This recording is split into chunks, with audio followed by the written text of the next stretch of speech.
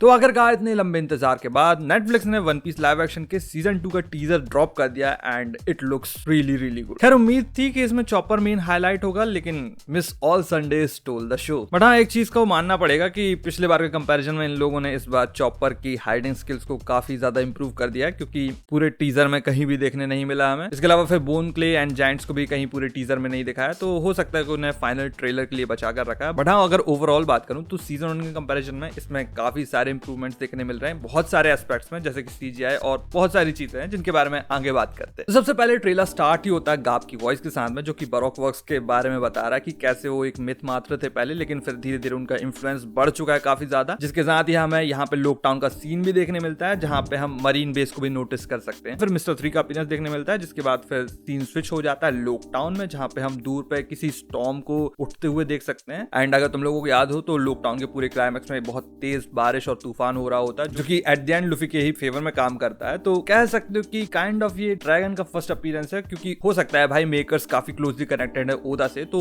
ओदा ने कुछ डिटेल्स शेयर करी हूं मेकर्स के साथ में, जिससे वो इस शो में इंक्लूड करें to maintain the continuity. I may be optimistic, कुछ ज्यादा ही ऑप्टिमिस्टिक, बट सोचने में क्या जाता है। लेकिन इसके बाद वाला सीन मुझे काफी ज्यादा कंफ्यूजिंग टाइप लगा, क्योंकि यहाँ पे हम निको रॉबिन को किसी मरीन बेस में रेड करते हुए देख सकते हैं, जो कि यहाँ के कॉन्ग एंड सेनगोकू स्टैचू से समझ में आता है। लेकिन जहां तक मुझे याद है एनीमे में ऐसा कहीं नहीं हुआ था, क्योंकि जो नियरेस्ट मरीन बेस है वो लोकटाउन में सिटेड है और अलाबास्टा में कोई भी मरीन बेस नहीं था। हाँ, हालांकि ताशिगी एंड स्मोकर जरूर आते हैं यहाँ पे स्ट्रॉ हैट्स को फॉलो करते हुए, लेकिन एनीमे में कहीं पर भी मिस ऑल संडे किसी भी मरीन बेस को रेड करते हुए नहीं दिखी। तो हो सकता है इसे लाइव एक्शन में मिस ऑल संडे के कैरेक्टर को थोड़ा और ड्रामेटिक दिखाने के लिए सेटअप किया गया है। और इस साथ ये चीज भी पॉइंट आउट करना चाहूंगा कि पूरा पेटल वाला जो एनिमेशन था वो काफी ज्यादा कूल लग रहा था यहाँ पे। इस बेस का आगे चल के हमें एक कंटिन्यूस शॉट देखने मिलता है, जहाँ पे मिस ऑल संडे अपनी पावर्स का यूज करती है इन मरीन्स के ऊपर, एंड हैव टू से काफी कूल एंड बैडएस शॉट में दिखाया है। फिर हमें Miss Wednesday, Miss Golden Week, Mister 3 and Mister 5 का एक पैनल देखने मिलता है, जिसमें ये चारों काफी ज्यादा अच्छे लग रहे हैं। देन इसके बाद फिर हम लोग जाते हैं लिटिल गार्डन की ओर, जो कि अगेन बहुत अच्छा लग रहा है। एंड यहीं पे हमें मिस गोल्डन वीक भी देखने मिलती है, जो कि अगेन काफी इफेक्टिव विलन है लुफी के लिए, क्योंकि उसकी पावर लुफी के अगेंस्ट बहुत अच्छे तरीके से काम करती है। एंड जितना उसको एनिमे में दिखाया गया था, अगर वो उतना लाइव एक्शन में भी दिखा देते हैं तो she would be one of the most hated character. Then इसके बाद फिर हमें वॉपल के कासल का एक शॉट दिखाया जाता है, जहाँ पे कुछ रॉयल गार्ड्स ब्लास्ट होकर उड़ रहे हैं। फिर हमें लुफी इसी कासल में देखने मिलता है, जिसके कपड़ों की हालत समझ में आता है कि he has gone from something. उसके एक साइड का स्लीव गायब है, एंड वी नो कि भाई वो किस मोमेंट से निकल कर आया। एंड आई जस्ट होप कि भाई ये लाइव एक्शन में उतना ही एपिक हो जितना हमें एनिमे में देखने मिला था। फिर हमें अलग अलग स्ट्रॉइड्स अलग अलग लोकेशंस पे दिखाए जाते हैं, एंड यहीं पर हम जोरो की वादो इचिमोनजी को भी देखते हैं, जो कि उसके पूरे विस्की पीक वाले फाइट में काफी हेवीली यूज तलवार रहेगी। एंड फिर हमें दिखाया जाता है रिवर्स माउंटेन का ये grand shot, and have to say लोगों ने काफी अच्छा बनाया इस रिवर्स माउंटेन वाले को, क्योंकि यहाँ पर हम शिप्स के रैकेजेस को भी देख सकते हैं, जो कि बताता कि कितना ज्यादा डेंजरस है ये, एंड क्यों आधे से ज्यादा पायरेट्स यहीं पर फेल हो जाते हैं। इससे ये भी समझ में आता है कि ये सीन काफी ज्यादा ड्रामेटिक होगा। Of course